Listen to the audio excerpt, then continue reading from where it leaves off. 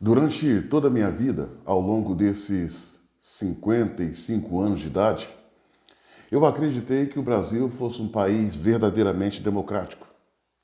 Como também acreditei que o Brasil pertencesse aos brasileiros, que nós tínhamos liberdade para irmos e se deslocar, ir e vir, liberdade de opinião, liberdade de se expressar, porque existia uma Constituição, a Constituição de 1988, a qual reza ali em letras visíveis e de fácil compreensão todos esses direitos, os quais eu mencionei e outros que não. Mas bastou o presidente Bolsonaro chegar ao poder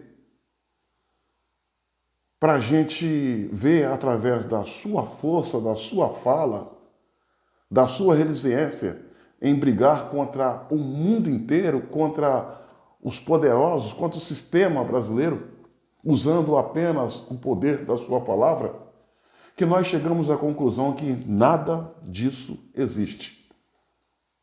Que o Brasil não é um país democrático, mas sim uma ditadura disfarçada, hoje escancarada, a ditadura de togas, que nós não tínhamos e não temos liberdade de expressão, como também não temos o direito de ir e vir, e que esse Brasil não nos pertence. Esse Brasil pertence a uma dúzia de lacaios que alimentam um sistema para se manter no poder. E a conclusão lamentável que eu chego e que Bolsonaro proporcionou a chegar, abrindo nossos olhos, é que o Brasil é uma imensa fazenda. Uma fazenda em que pertence a um consórcio, a um sistema. E nós, brasileiros, homens simples e mortais, os milhares de José da Silva, que trabalham sol a sol, pagando uma alta carga de impostos para produzir riqueza para esse país, somos apenas escravos. Escravos sem correntes que por muito tempo pensou ser livre. Olha só ao ponto que chegamos, minha amiga e meu amigo. O Bolsonaro, com a sua luta solitária, Bolsonaro, que é esse exército de um homem só, nos proporcionou a ver e descobrir que a imprensa brasileira, a maior parte dela, a velha imprensa, a viciada e corrupta imprensa, não tem compromisso com a informação, não tem compromisso com a verdade. Que as redações desses veículos de comunicação fala aquilo que o seu dono quer que fale, que seja divulgado, como verdade absoluta.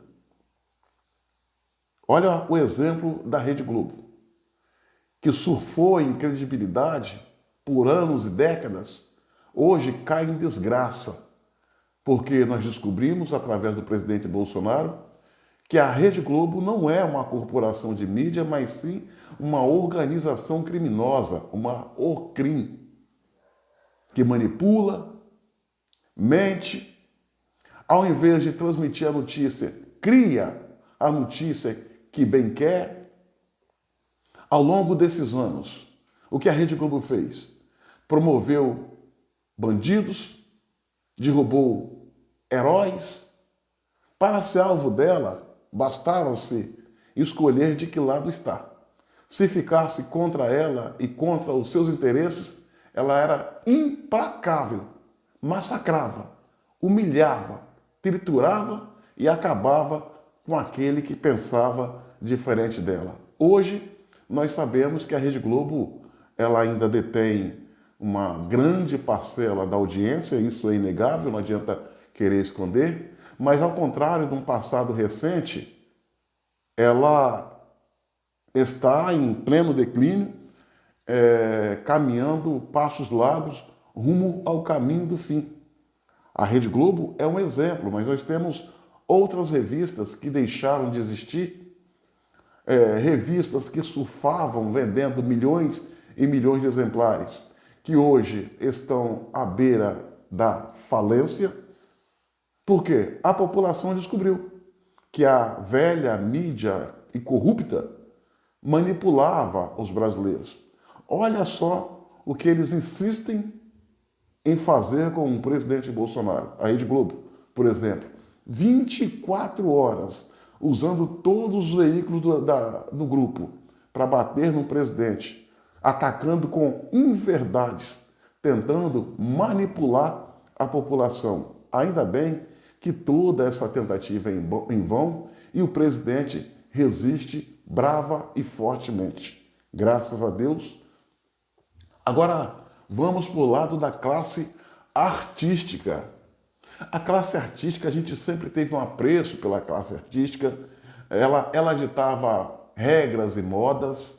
O que ela falava, a gente repetia nas ruas. As roupas que elas vestiam, a gente procurava, os brasileiros, né, procuravam imitar. Através da música e das produções cinematográficas, novelas e filmes, livros, eles entravam em nossas casas com as suas ideias e a gente acreditava piamente que a classe artística brasileira era verdadeiramente comprometida com o bem do país e com o bem-estar dos brasileiros. Ledo engano da nossa parte. Hoje a gente descobre, através do presidente Bolsonaro, que uma boa parte, sem querer generalizar, da classe artística é bandida, lacaia, solapa dinheiro público, anda de braços dados com corruptos desde que eles consigam uma parcela do dinheiro desviado e roubado. Olha, eu me lembro a Renato Russo liderando a banda Legião Urbana e cantando Que País é Esse? A música Que País é Esse? Que soa como um hino. Hoje eu tenho a sensação que se Renato Russo tivesse vivo, seria mais um a se colocar contra o presidente Bolsonaro e do lado dos lacaios da nação.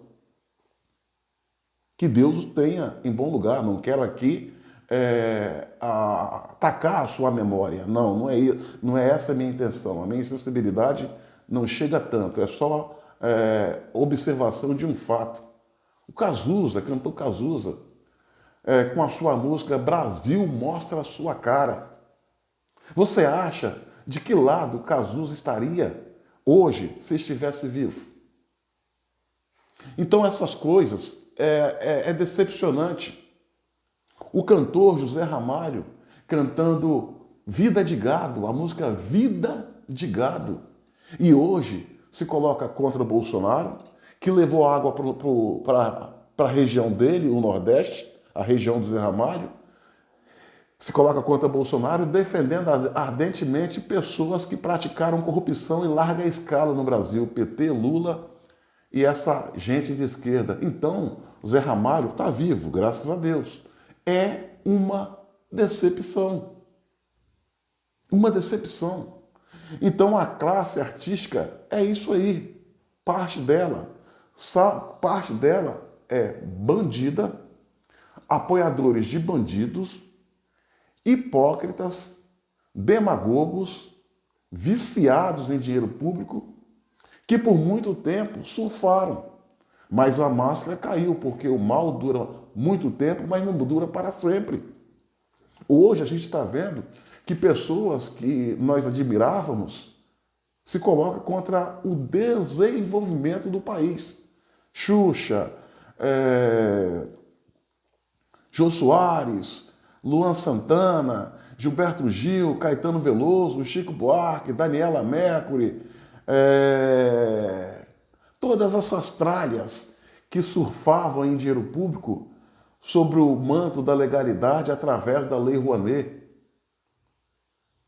Então, essa classe artística, ela se revelou canalha, bandida, corrupta, salvo raríssimas exceções. Aí a gente viu a classe política, A gente acreditava que a classe política, em dias de dificuldades, como foi a pandemia, como foi o surgir da pandemia, o Covid-19, nós achávamos que a classe política ia todas se unirem para combater a Covid. Mas é o contrário. A classe política, a viciada classe política, se uniu ao Covid para combater o presidente Bolsonaro. E, lamentavelmente, combateram, abrindo o CPI, usando espaço na velha mídia para fazer ataques levianos, covardes e sem sentido. Ainda bem que o povo, com o tempo, viu quem tinha razão, quem estava pelo Brasil e quem estava contra o Brasil. Olha só, ainda dentro da classe política, o PT e o PSDB, que por muito tempo nós achávamos que eram correntes antagônicas, correntes diferentes, mas nada, agora se revela que ambos eram farinha do mesmo saco ou dejeto da mesma latrina. Basta ver que Lula é pré-candidato a presidente, tendo como o seu vice o símbolo maior do PSDB, que é o Geraldo Alckmin. O mesmo Geraldo Alckmin que acusou o PT e o Lula de corrupção, falando que Lula quer voltar à cena do crime, ou seja, quer ganhar a eleição para voltar à cena do crime. Fala essa dito na eleição de 2014, 2018, melhor dizendo. E agora Alckmin se mistura com Lula, mostrando que os dois são iguais. E que Lula quer sim voltar à cena do crime, mas não vai voltar sozinho. Vai voltar pelas mãos, quer voltar pelas mãos desse famigerado demagogo conhecido como picolé de chuchu, Geraldo Alckmin. Então a classe política é isso aí que você está vendo. A maioria esmagadora, composta de bandidos, que só sabe olhar para o seu umbigo como se ali fosse o centro do mundo, não se importando com o bem-estar dos brasileiros, não exercendo a sua função, que é se fazer verdadeiramente representante do povo. O que eles fazem ali é representar a elite. Basta ver que todos se uniram contra Bolsonaro, contra o Brasil, contra os brasileiros, para tentar, ainda que em vão, trazer, pegar o Brasil de volta, coisa que eles não vão conseguir. A classe empresarial, os banqueiros, vamos dizer assim, os banqueiros que sempre faturaram bilhões nos governos do PSDB, nos governos do PT, dessa vez eles perderam alguns bilhões porque o Bolsonaro, pensando em beneficiar uma parte mais simples da população, criou o PIX. E esse PIX tirou dos banqueiros, ainda que não fosse a principal intenção do governo, bilhões e bilhões desses banqueiros, de forma a beneficiar a população. O PT, por exemplo, que tem hoje o pré-candidato Luiz Inácio Lula da Silva, esse se alinhou aos maiores bandidos da história da República no afã de ganhar as eleições e voltar ao comando da nossa nação. Apenas um exemplo: Gedel Vieira Lima, ex-deputado federal, ex-presidente da Caixa Econômica no governo do PT, que tinha em um apartamento escondido e de forma inexplicável quase 52 milhões de reais. Aquilo ali certamente era a sobra do que ele conseguiu esconder e gastar. Aquilo ali foi o que sobrou. Não tinha onde colocar, colocou ali num apartamento abandonado. Então é isso, minha amiga e meu amigo. Essa gente está desesperada, o sistema está desesperado. Eles não conseguem sobreviver mais 4 anos de governo Bolsonaro. Por essa razão, eles são capazes de fazer tudo para tirar Bolsonaro do jogo e, quem sabe, desta vida. A Rede Globo, ela teve todo esse império, mas ela não conseguia, ela não vivia com recursos próprios. Ela vivia de verbas de publicidade. Só a Rede Globo levou de verba de publicidade durante o governo do PT, sem contar PSDB. 6 bilhões, B de bobo, B de bola, bilhões, 6 bilhões e 200 milhões de reais. E ela ganhava uma fatia da verba de publicidade como se ela tivesse 90% de audiência, quando na verdade a audiência dela batia na casa de 30%, 32%. Ou seja, é ela dando pernada nas demais emissoras, que também não deixam de ser corruptas, salvo raríssimas exceções. A gente está vendo que a classe política, a classe artística, a classe empresarial, os veículos de comunicação que compõem esse sistema que nos escraviza, estão no seu mais profundo desespero. E eles conseguiram trabalhar bem ao longo desses anos sobre a égide da esquerda, ou seja, investindo na ignorância e na pobreza da população. Porque a pessoa com fome não pensa. E sem educação, sem conhecimento, não é capaz de filtrar aquilo que vê e ouve. Tanto é que, lamentavelmente, a gente vê algumas pessoas com discurso de papagaio dizendo que no tempo do Lula a gente comia carne. Quer dizer, eles ouvem aquilo ali e saem repetindo como se fosse um mantra. Então, senhoras e senhores, nós vivemos momentos difíceis. O que o presidente Bolsonaro fez foi muito, mas muito importante, conseguir abrir os nossos olhos. Ele nos devolveu, ou melhor dizendo, ele nos ensinou, porque a gente não tinha essa prática, de ser patriota verdadeiro e de coração. 24 horas por dia, 7 dias por semana, 30 dias por mês, 365 dias por ano. Adorar o verde e amarelo, adorar a nossa bandeira, adorar o nosso país, acreditar na nossa pátria, acreditar na nossa nação. Ele nos ensinou. Ao contrário de um passado recente em que nós nos tornávamos patriotas apenas de 4 em 4 anos, em época de Copa do Mundo, em que passávamos a adorar a bandeira nacional e, acabando a eleição, acabava-se o patriotismo. Bolsonaro abriu os nossos olhos em todos os sentidos.